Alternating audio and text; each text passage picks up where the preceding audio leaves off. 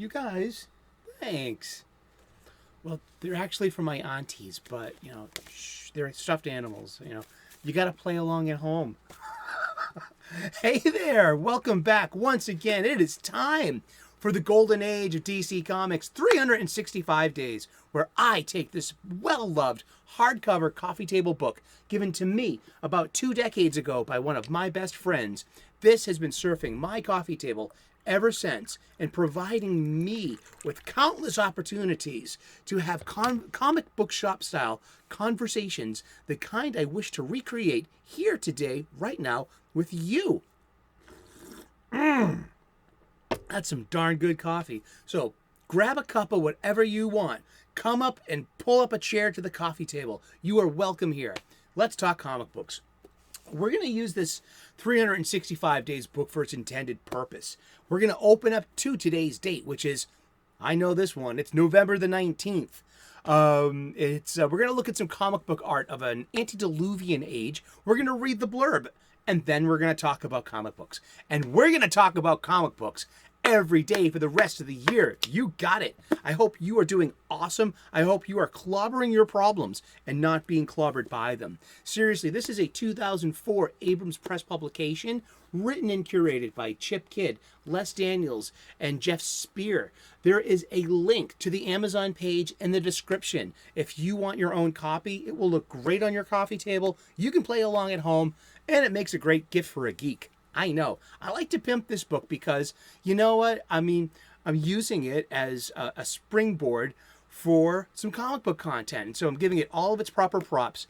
And I hope you can give an old book a second life too. Because that just fulfills me as a book fan. I love books.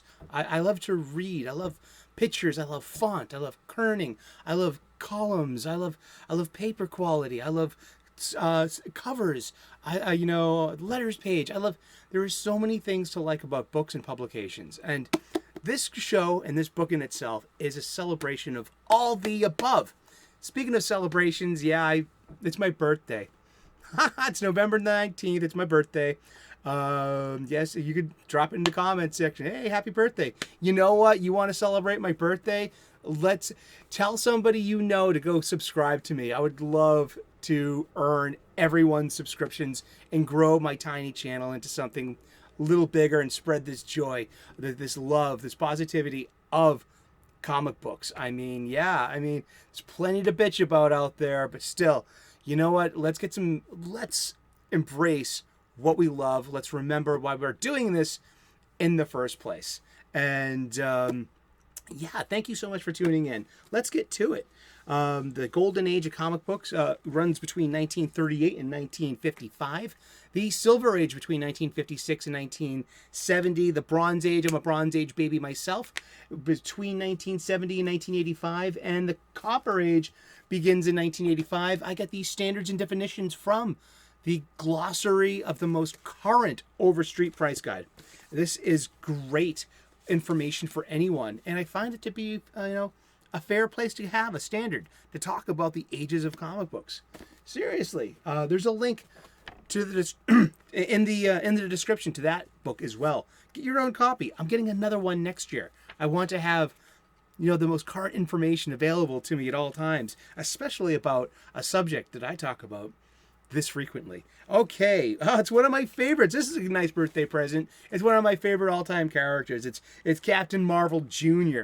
And we're going to get to the bottom of this, why he's got a double. Or maybe he's just simply in 2 places at once. We don't know. We're only given 2 panels of sequential art, but there's a lot of story jam-packed into 2 sequential panels. And this is a good example of that. This is story by Otto Binder, art by Al Carino, from Captain Marvel Jr., number 8 of June of 1943. And remember, Captain Marvel Jr. and his power of Shazam and Fawcett Comics, he loved to beat up Nazis. Or should I say Yahtzees? I don't want to trigger any of the algorithmic stuff. I mean, seriously, they're listening. So what? You're part of my audience too, algorithm. I hope you're happy with the content too. How about that? Yeah. You're probably my biggest fan. You're the algorithm. Yeah. get used to it, huh? Why not? Sooner or later, every comic book character was confronted by a double, an exact duplicate, or the type that German writers called the doppelganger. In high-minded literature, such a figure might represent the soul or the conscience.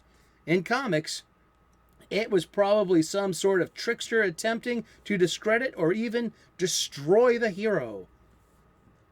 Captain Marvel Jr. may already have an identity crisis, since he was so obviously a spin-off of Captain Marvel. In any case, he seems perfectly happy to welcome a second version of himself if it means another pair of fists to use on the enemy. I'd punch a commie for my mommy. Yay! And look at it. Yep, this is 2 sequential panels. That's a lot of story for being pushed in there. There we go. We've got Captain Marvel Jr., 2 of them, and hey, are you me or am I you? Never mind now. Let's clean up this room full of Yahtzee monkeys first. One Captain Marvel Jr. is a whirlwind, as it is, but 2 Captain Marvel Jr.'s is simply terrific. The 2 world's mightiest boys quickly rout the army of Yahtzees facing them. Ach, Himmel! Run! Schnell, schnell, mach schnell! I know that from my Sergeant Rock comics. There's been a lot of dead Nazis in my comic book history. Seriously. Let them go. They're only stooges. The guy we want is Dr. Weitz. That's true.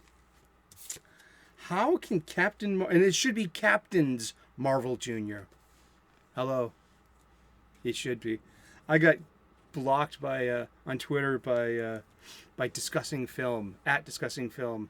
It wasn't too salty. I wasn't trying to. It was more of like they were talking about Sam Wilson, Steve Rogers, the Disney Plus show, and the Captain Americas, and I was like, "Excuse me, I am a high school graduate, and I did 1 year of college, and I was like, excuse me, I'm even a high school graduate, and I know, you college boys, you should know better than it's Captain's Marvel, not Captain. It's Captain's America, not Captain America's. Duh." And I got blocked for that, and rightfully so. I can respect that. Sure, I'm an asshole. I really am. I know. Everyone has to. Everyone. The older you get, the more sides you develop, and I like to see it as like you get to my age. It's my birthday, and it's a milestone birthday, and I'm officially an old person. The more sides you get, you're like some dice, and that has 6 sides. You know what I mean? But then you get into like the Dungeon Master's dice, and I think of the 20-sided die, and I think of that's like who I am and where I am now. Or maybe for every year you get another side to your die, and another facet to roll when the dice are rolled. And that's just a metaphor, isn't it?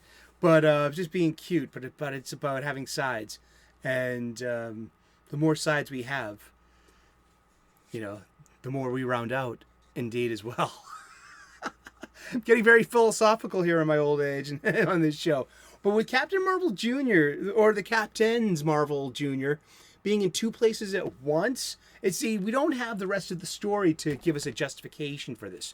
It could be just a magic power, or it could be a shape-shifting alien who decided to hop in and help out, or it could be a hard light hologram sent by the wizard Shazam to help out the young lad, or it could be anything our imagination puts us to. But I just found this out. I was today's years old when I found out about one of the powers of Shazam. So this applies for Captain Marvel, Shazam, Mary Marvel, Black Adam, and Captain Marvel Jr. himself. Maybe even Uncle Dudley and Hoppy the Marvel Bunny as well. Maybe, and I don't know about the Lieutenants Marvel, because I don't think they were granted special magical powers. They just had the outfits and like to help out, you know what I mean? Maybe like clean up the rubble of, battered buildings. We've all seen Man of Steel, right? We all know what happens when superheroes fight, right? Yeah, hyperrealism. But this is the opposite of hyperrealism. This is fantasy. This is using magic, and these are superhero powers. But the M in Shazam, S. Okay, let's just go through it real quick. S is for the wisdom of Solomon. H is for the strength of Hercules. A is for the healing of Apollo. Z is for the power of Zeus. A is for the courage of Achilles. And M is for the speed of Mercury. And by channeling Mercury's speed, Captain Marvel Jr. can move even faster than light. This also enables him to fly. But, okay, and here we go. Because I see that I get this from Star Trek. You know, they call it the Stargazer maneuver. Okay? and Captain Picard invented it. Okay, the Stargazer maneuver is like you're at a stationary point and you do a very short calculated warp jump to right in front of your target. So, because of the time dilation and light, you know, you're going to have an after image. So you're going to see two stargazers. Okay?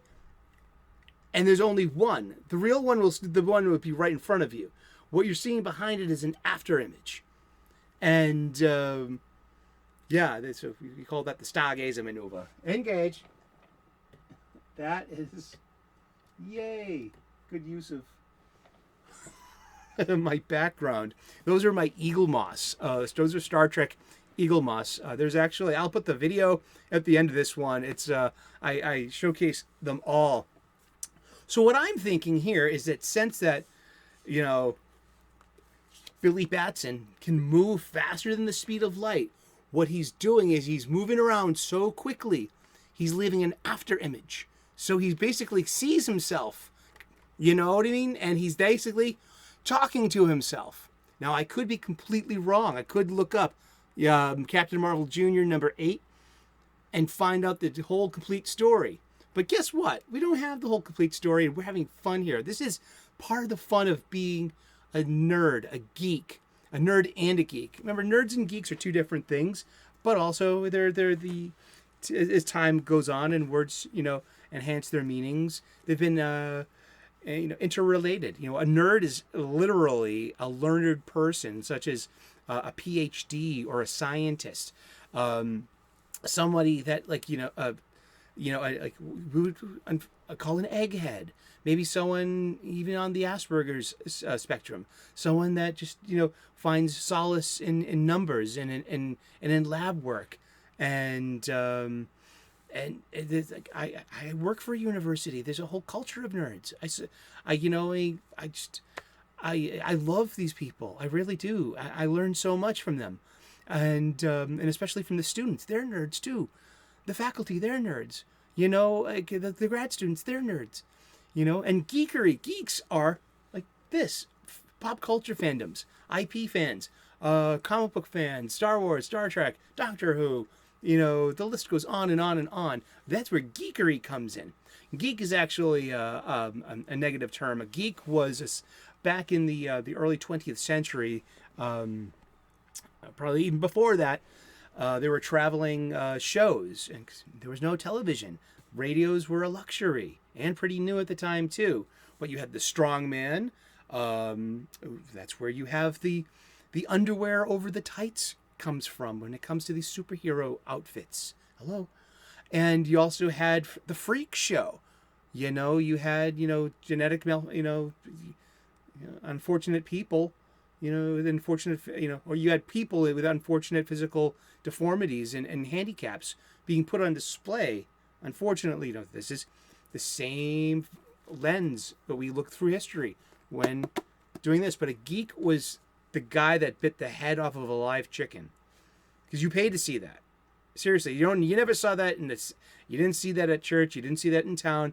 That stuff wasn't allowed. You know what I mean? You would have to go to the freak show to see that kind of freaky stuff.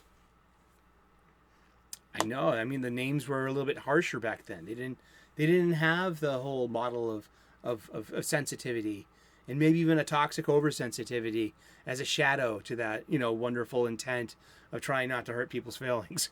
I don't know. But yeah, I think that using the Stargate, what we would further know, us geeks would know as the Stargazer maneuver. It actually should be called the Captain Marvel, the Freddie Freeman maneuver.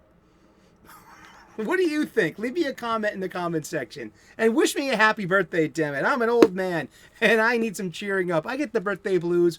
No, I'm actually spending a great time with my oldest friends. All of them. I mean, I'm doing what I want to do. I have 6 tickets to see the Bruins tonight. They're playing the Blackhawks are in town. Original 6. I'm a huge hockey fan. My first original best friend, Brian Massey, who I reconnected with because of social media. And I'm blessed to have him back in my life. I was 3, he was 2. We've been together ever since, off and on since then. My 3 best friends from high school that I've kept in contact with all this time. Mario, MC, Billy, Scotty. And the first best friend of my adult life. The guy who gave me this book. And we've never been to a hockey game in almost 30 years. I don't think he's ever been to a hockey game. He's not a sports kind of guy, but you know what? He's in to go with me because it's what I want to do for my birthday. And I think he's going to have some fun hanging out and to his first hockey game. So that's my present, is bringing Peter to his first hockey game, to his first Bruins game, our first Bruins game together. That's my present. And we've got a reservation at Guy Fieri's and Flavortown. I'm a professional chef, and I'm like, oh, don't you watch this stuff? Like, no. I go home and I don't want to see cooking shows. I'll make them. I'll produce cooking shows. But I am not gonna watch Iron Chef anymore, or Top Chef, or Guy Fieri, or Bobby Flay, or any of that stuff. I just don't have it in me. No thanks. Do you want to watch The Office when you get home? You do? Why? Just kidding. Hey, thank you so very much. We've been talking about comic books, and we're going to talk about comic books every day for the rest of the year. So tune in tomorrow, 3 p.m. U.S. Eastern, and we'll find out who we're talking about when we turn the page tomorrow. Please like and subscribe. It's my birthday. Please find another person and suggest me and be like, hey, it's Sully's birthday. He wanted to get some subscriptions for his birthday. Hook me up, bro, sis, or anywhere in the grand spectrum of humanity that you identify. You are welcome here. We talk about comic books daily. We talk about cooking. We talk about spirituality and purpose. I like it here. I think you will too. Cheers. God bless. Namaste. Good luck. And we will see you again tomorrow in those funny pages. Bye-bye.